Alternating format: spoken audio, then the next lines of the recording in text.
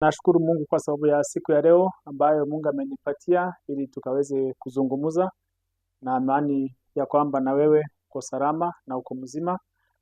Leo Mungu amenibariki na neno la ufunuo ili nikaweze kuzungumzia na naamini ya kwamba utabarikiwa na Mungu atakutenda mambo mengi mazuri. Wapendwa, mnapojua katika ulimwengu huu tunaishi kwa dunia ambayo unahitaji mambo ya ufunuo ili kaweze kubarikiwa, maana hakuna kitu ambacho chiko na baraka ambacho chiko kwa uwazi. Mambo yote ambayo ni ya baraka yamefichwa kabisa. Kwa hivyo tunahitaji kabisa katika kila hali, katika kila siku kujifunza mambo ya ufunuo ili tukaweze kubarikiwa. Leo nataka kuongelea kuhusu roho wa tamaa ambaye amekuwa mbaya sana na amekuwa ambaye ni wa kusumbua na amekuwa ni wa kuleta hasara katika mambo ya wanadamu. Wanakaa katika njia ambayo ni ya kukosa baraka bila wao kujua ni kwa sababu gani. Na roho wa tamaa anafanya kazi kwa njia kubwa sana katika huu ulimwengu, lakini sio watu wengi wanaelewa. Wacha niwaambie wapendwa, mwanadamu ameumbwa akiwa ni mtu ambaye anataka kufanikiwa katika maisha, unataka kutoka kiwango hiki kwenda kiwango kingine. Kwa hivyo katika hiyo hali ya kutaka kutoka kiwango hiki na kwenda katika kiwango kingine, kuna mambo mengi sana unafaa kujua, unafaa kukuwa na knowledge, iwe ni ya biashara, iwe ni ya kiofisi, iwe ni ya nini, iwe ni kielimu. Unahitaji mambo mengi sana ama yanahitajika ili uweze kutoka kwa kiwango hiki kwenda kwa kiwango kingine. Kwa mfano, hawezi promotiwa kwa kazi kama ile promotion pahali labda unataka kupelekwe, labda kunahitaji elimu ambayo ni ya hali ya juu. Kwa hivyo lazima uwe unahitaji labda kama ni jeti fulani za kukupandisha madaraka, ama unahitaji kazi ambayo unaifanya kwa njia ambayo ni ya uaminifu ama ni njia ambayo inapendeza ili ukaweze kutolewa kiwango hiki upelekwe kiwango kingine. Kwa hivyo mwanadamu ameumbwa katika hali ya kukua kwamba hawezi toshereka, anahitaji kila siku kutoka kiwango hiki na kwenda kiwango kingine. Na ndiposa Shetani alijua hivyo na akaweka mwanadamu roho wa tamaa. Na watu wengi sana wanakuwa na huyo roho lakini hawawezi jua kama ya kwamba wako nao, kwa sababu wakati mtu anafanya mambo maovu, mtu labda anaiba kwa sababu labda tajirike, mtu labda anaua mtu ili aweze kuwa tajiri, mtu anafanya mambo mengi mabaya ili akaweze kutoka kiwango hiki kwenda kiwango kingine kwa sababu ya hiyo roho wa tamaa. Kwa hivyo hiyo roho wa tamaa anafanyanga mambo mengi sana. Wengine wanakuchukiana, wengine katika biashara wataongeleshani, mtu anaona ni kama huyu labda ndiye amenizuia nipate faida niendelee. Yani anafanya kazi kwa njia ambayo ni ya kusumbua wanadamu kwa njia kubwa sana katika maisha ya wanadamu. Lakini leo ningependa nikakwambia kwamba upate hili neno la ufunuo. Mwanadamu ameumbwa kwa njia ambayo sio yani mwanadamu hajakamilika in short. Kwa hivyo chochote ambacho kitakuja katika mkono wa mwanadamu hakitakuwa kamili, kutakuwa na upungufu. Na hayo ni maumbile ambayo Mungu ameumba mwanadamu. Kwa sababu Mungu aliumba mwanadamu akabakisha upungufu, ndio ukiweza kutoka kiwango hiki uende kiwango kingine, Mungu apate utukufu. Lakini sasa wanadamu wengi hatujuangi hivyo. Ndipo tunaonanga saa zingine tunafanyanga mambo kwa kujisumbua kwa sababu hatuelewi. Lakini Shetani yeye anakuanga anajua kwamba mwanadamu Mungu amemuumba hivi, lakini huyo mwanadamu yeye haelewi. Ndipo tunaona kwamba mtu anakuwa labda ako na shilingi 1,000, anaona pesa ni kidogo, ama anaomba ya kwamba nikipata 1,000 nitafurahia. Akipata 1,000 unakuta anataka 2,000. Akipata 2,000 anaona ni kidogo, anasema nikipata 10,000. Anaona akipata 10,000 bado hajatoshereka. Kwa sababu gani? Kwa sababu hayo ni maumbile ya mwanadamu. na ameumbwa na Mwenyezi Mungu namna hiyo. Kwa hivyo katika ile hali ya kutamani kutoka kiwango hiki na kwenda kiwango kingine, hapo ndio roho wa tamaa anakoroga, shetani anamtumia kukoroga mwanadamu.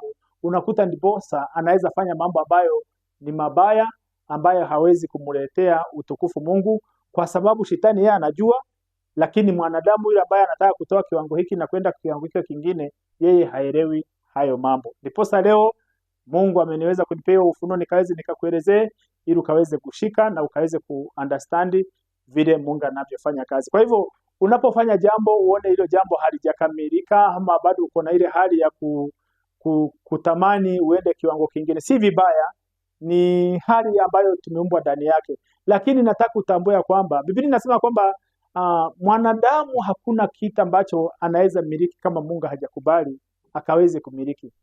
Hiyo kwanza elewa.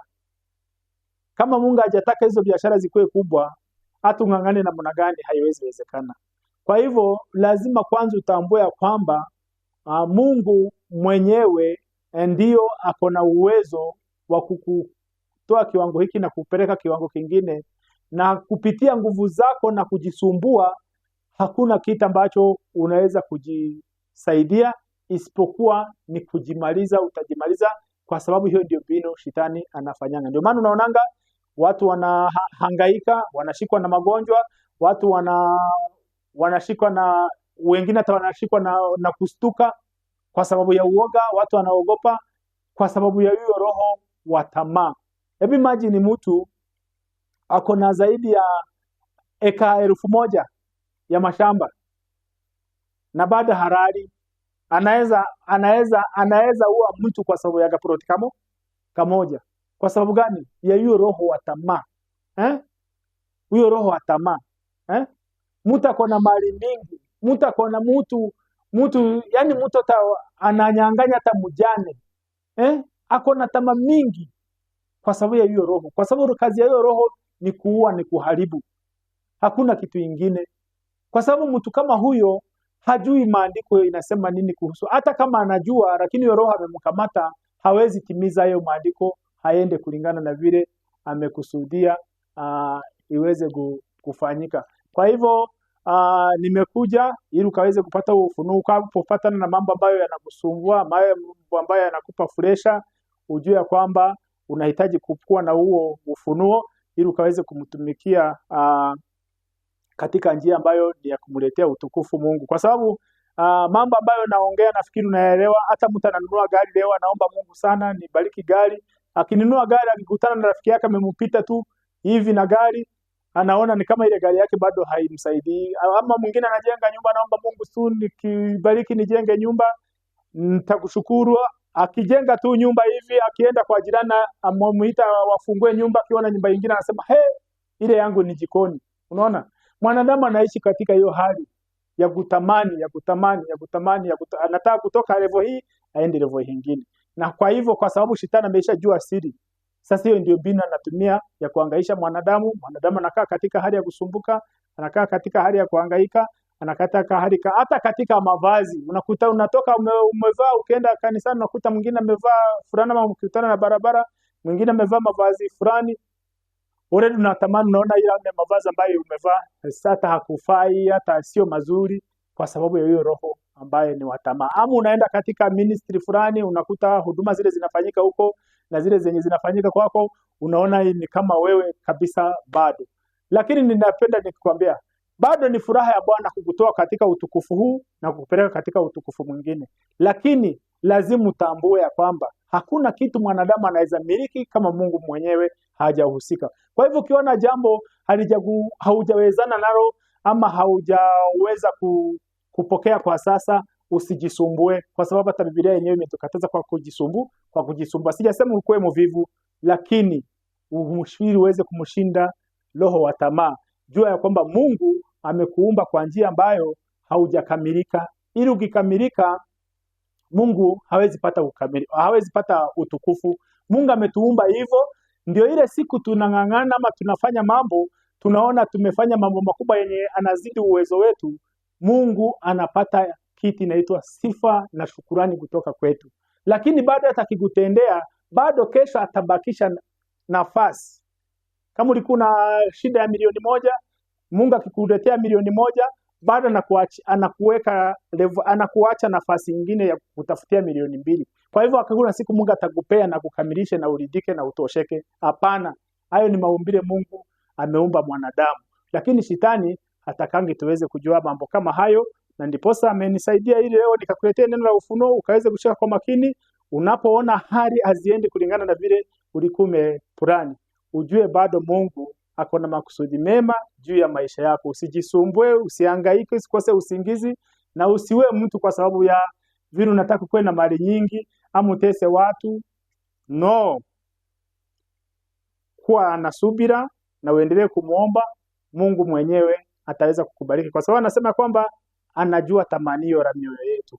Kwa hivyo wakati unapokutana na hitaji la kutaka kutoa kiwango hiki kwenda kiwango kingine, usikuwe na hiyo roho ya tamaa akusumbua, kuharibie maisha. Kuwa na amani, na mwishowe Mungu ataweza kukutendea na utaona ushindi wa Bwana, na utakuwa umemshinda hiyo roho ya tamaa ambaye anatumika kwa wanadamu, anakosesha maisha, anawasumbua, na mwishowe baraka zao zinapotea kwa sababu ya hiyo roho wa tamaa. God bless you. Kama nimekubariki, naomba hiyo video ukaweze kutumia mtu mwingine naye akaweze kubarikiwa. Na labda kuna mtu ako na mali nyingi sana na labda anasumbuka bila yeye kujua, ni kwa sababu ya hiyo roho wa tamaa. Kimtumia ataweza kusikiliza, na Mungu atatumia hiyo sauti ya kuweza kumubadilisha aweze kutafuta pumziko, ili akaweze kupata ushindi wa Bwana na akaweze kukaa katika baraka ambazo Mungu amekusudia akaweze kuwa nazo. God bless you. Tuonane kwa hiyo video nyingine. Nawapenda sana.